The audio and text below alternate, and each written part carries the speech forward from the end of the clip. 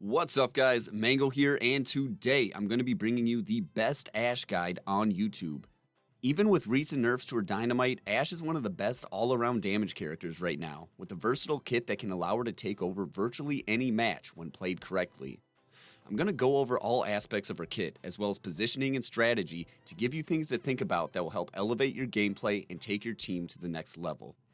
I will structure this video by going over each part of her kit individually, and wrap up by going over general strategy and positioning. I'm also going to include some timestamps in the description in case you want to skip ahead to a particular section. I'm going to include some personal gameplay in the background of a fairly short match where I racked up over 29,000 damage using all the tips provided in this video.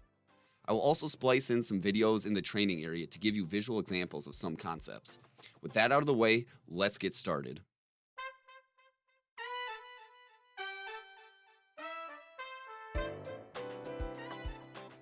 Ashe's main weapon is called the Viper, and it is a head-popping machine.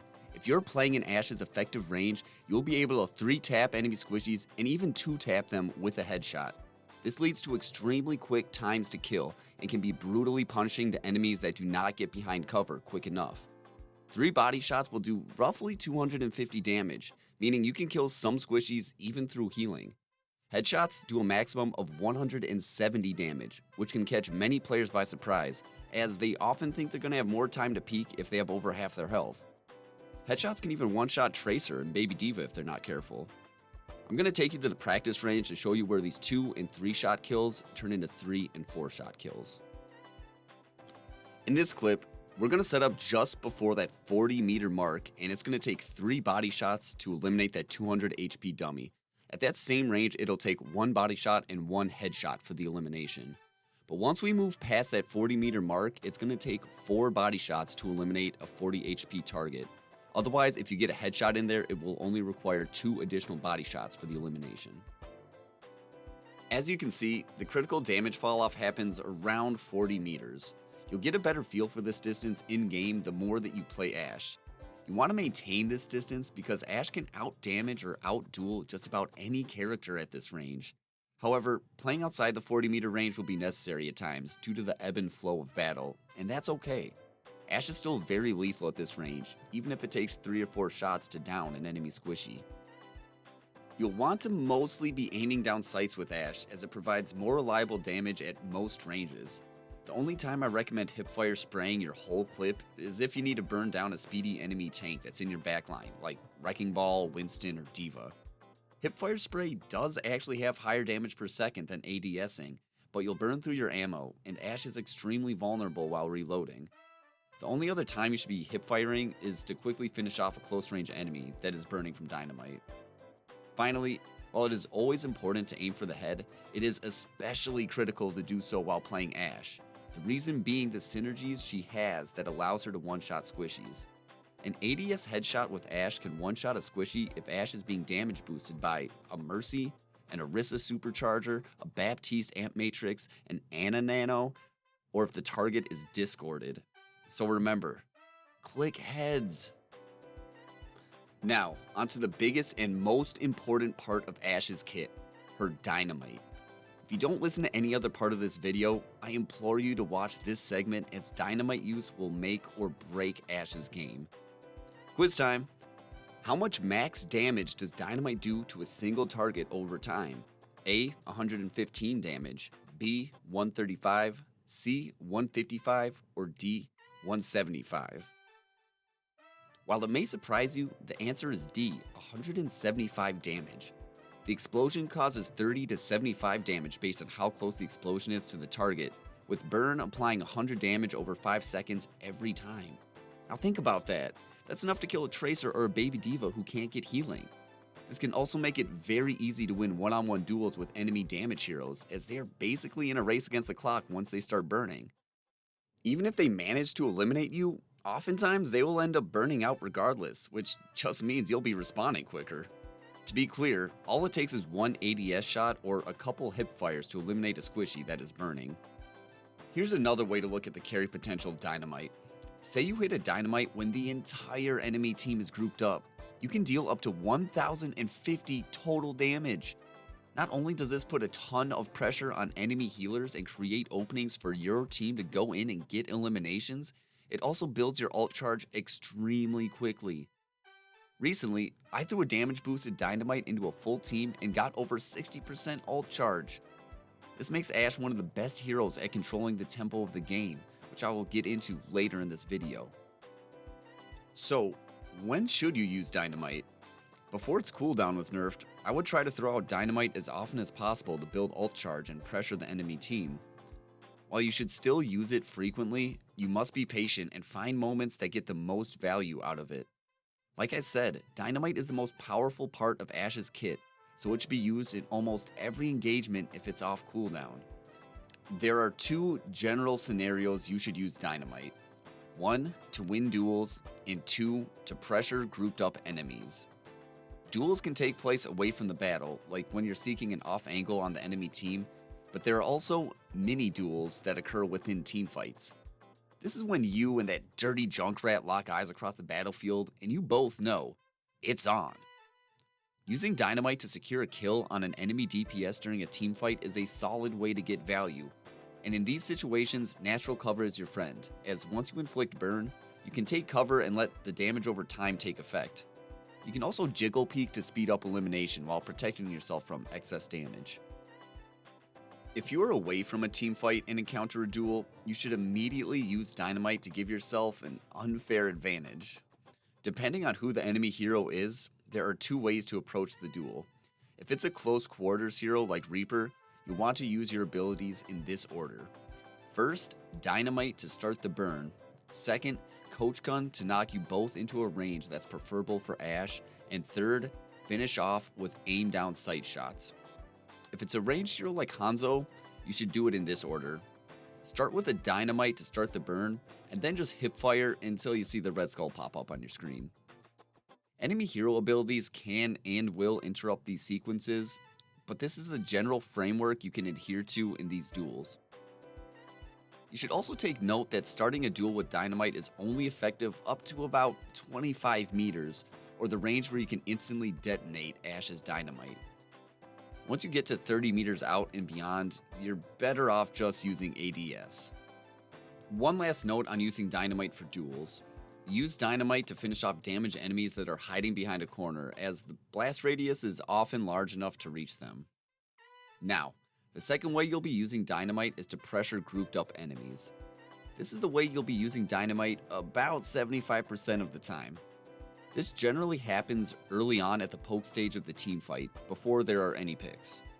Enemies are generally grouped up behind a shield, so what you want to do is detonate your Dynamite above or to the side of the shield to tag as many enemies as possible.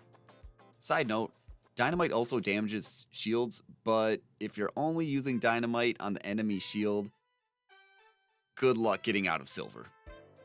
Anyway, you can seek an off angle that will allow you to throw your Dynamite behind the enemy shield instead of around it. This is optimal because you're more likely to catch more enemies in the blast, but don't go on some huge flank to find this angle. Try to stay close to your team. A good example of this would be the first corner on Havana Point A. Shield tanks will usually try to hold the first corner, but you can quickly duck into the cafe, which provides cover, and land a Dynamite on the enemy backline. This strategy works if you're on attack or defense. When you're able to land a Dynamite on the enemy team early in a teamfight, not only does it put pressure on their healers and give your team opportunities to find picks, it also helps build your ult charge extremely quickly. If you're doing this right, you should be building your ult at roughly the same rate as your main healer, who is typically the first to get their ult. This allows you to control the tempo of the match, which once again I will discuss later on in this video. Now that we all know all about Dynamite, including when to use it, I'm going to make sure we all know how to use it, in case you're struggling to hit your Dynamites in match. I'm going to take you to the practice range for this one. The number one rule with Dynamite is to keep your aim straight after throwing it and shooting it before you shift your attention anywhere else. Generally, there's 3 ranges you can kind of use it at: short, medium, and long. The short distance shot I almost like to think about like an extended McCree flashbang. You throw your Dynamite out straight ahead of you and you shoot it as soon as possible. When you do it this way, it's pretty much impossible to miss as long as you're just shooting as soon as you're able to.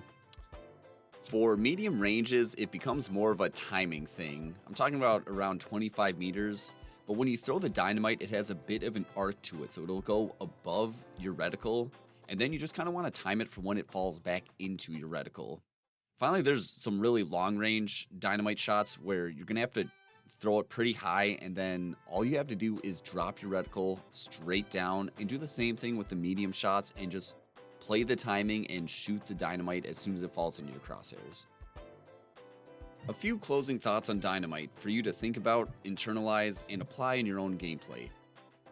The value of dynamite goes way up as the enemy loses healers. It applies most of its damage over time, and without healers to sustain enemies as their health ticks down, their elimination goes from a possibility to an inevitability. Similarly, if you are playing with an Ashe and you see enemy characters with the burn effect, you need to target them just like you would a Discord target, a hack target, or someone who has been purpled from an Ana grenade. All of these effects mean the same thing. This hero is ripe and ready to get picked. Now we are on to the coach gun, and I promise this section will be much shorter than the dynamite section. Coach gun's main use is mobility, as firing it at the ground will send Ashe airborne and allow her to reach some high grounds. It can also be shot horizontally to send her backwards to quickly get behind cover. While the stat sheet says the coach gun does up to 90 damage, it has a very wide spread and no headshot multiplier, so it very rarely will even do close to 90 damage. The only time to use a coach gun for its damage is to finish off a critically weak opponent. There are two other ways to gain value out of the coach gun. The first I went over earlier, which is to create space. You can use it as a get off me ability if there's an enemy in your face, but you can also use it to reposition an enemy ultimate, such as a Death Blossom. You can even use it to protect your team, like if there's a Mei bearing down on your Mercy or a Reaper getting in your Roadhog's face. The other great use of the coach gun is its B.O.B potential. Now my Lucio mains out there, you want to listen close because I might just blow your mind here. But the B.O.B from Ashe's coach gun has a much longer range than Lucio's B.O.B, meaning you can knock enemies back from farther away. The stat sheet says the coach gun has an effective range of 9.4 meters while Lucio's B.O.B has a range of 8. But taking this to the practice range makes it seem like the coach gun is effective from nearly twice the distance of Lucio's B.O.B. Just be careful, since Ashe also gets knocked backward from the coach gun and she can easily B.O.B herself off the edge. Not like that's ever happened to me, but just be aware of what's behind you when going for B.O.B.s. Closing tidbit on the coach gun, you don't need anything below you to gain verticality from shooting the coach gun down. This means if you get B.O.B.ed off the edge, you can quickly shoot the coach gun downwards and boost yourself back to safety. This can be hard to do and requires very fast reflexes, so don't beat yourself up if it doesn't happen every time. It does kind of make you feel like a badass though. We're finally on to the last part of Ashe's kit, her ultimate, B.O.B. I'm assuming we're all familiar with the basics here. He can capture and stall the objective, he can be healed and boosted just like a human player, so I'm going to dig into the meat of how to use B.O.B like a pro. First off, when B.O.B is summoned, he appears 5 meters in front of Ashe, which means he's able to clear small gaps. This also means he may end up landing in unintentional spots, so it's best to have a clear field ahead of you when positioning him. Once he lands, he charges forward until he hits a wall or an enemy hero.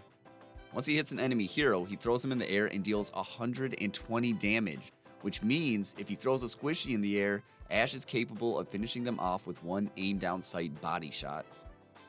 The most common use of B.O.B is either to stall an objective or to give your team more point presence. This is certainly effective due to his large health pool, but I don't think this is the best way to use B.O.B. Instead, I think B.O.B is best used to start an engagement. Remember how I kept talking about Ashe being great at controlling the tempo of the game? This is exactly what I'm talking about. If you're playing Ashe correctly, you should be building your ult faster than almost anyone else in the match, which means you can afford to throw B.O.B out in the beginning of the fight to essentially start your team with a one-man advantage. Another thing a lot of people don't know about Ashe is that she immediately starts rebuilding her ult charge after B.O.B is cast. While B.O.B himself doesn't charge her ult, any damage Ashe inflicts while he is out on the field will continue to build her ult charge. I've had some fights where I'm already back to 50% of my ultimate by the time B.O.B leaves the field, which enables you to throw him out there early and often. One of the biggest mistakes low SR players make is holding on to ults for too long, trying to get splashy multi-kill plays, and Ashe is no exception.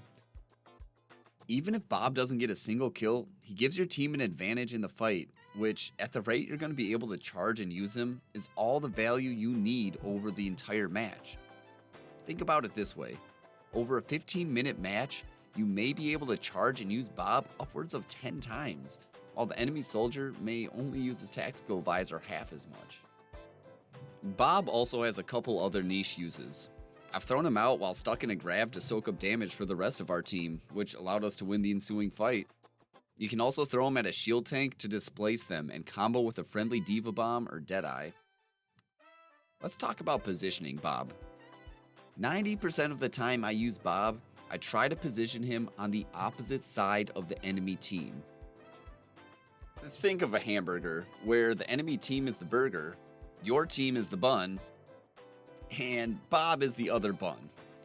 With the enemy team stuck between you and B.O.B, they will be forced to turn their backs to one of you, exposing them to damage. Additionally, this will usually divide the enemy team's attention, with half focused on B.O.B and half trying to hide from B.O.B and focus on your team, which can help your team overwhelm the enemy. Make sure you have a clear idea of where you want B.O.B to end up. I try to identify the exact wall I want him to land on before casting. If you throw him in there willy-nilly, he's liable to end up in a bad position where he's not providing any value to your team. Or even worse, he could end up running off the edge. Always be sure to identify where you want B.O.B to end up. Alternatively, if you're in an open space, like Junkertown Point A, and you're feeling confident, you can throw him into a clump of enemies and plant him in the center of their team, while possibly securing a kill from whoever gets tossed in the air. Finally, let's go over general strategy and positioning while playing Ashe. Ashe will adhere to two general playstyles, backline Ashe and off-angle Ashe. Backline Ashe hangs out in, you guessed it, the backline, usually with her healers. As a vulnerable hero, this allows her to safely dish out damage until her team gains an advantage in the fight and she is able to take more aggressive positioning. Staying in the backline also allows her to protect her healers, using her primary fire to punish anyone within sight and her coach gun to dispel wannabe flankers. Ashe should spend roughly 50 to 75% of the match in her own backline. It really depends on how the fight is going.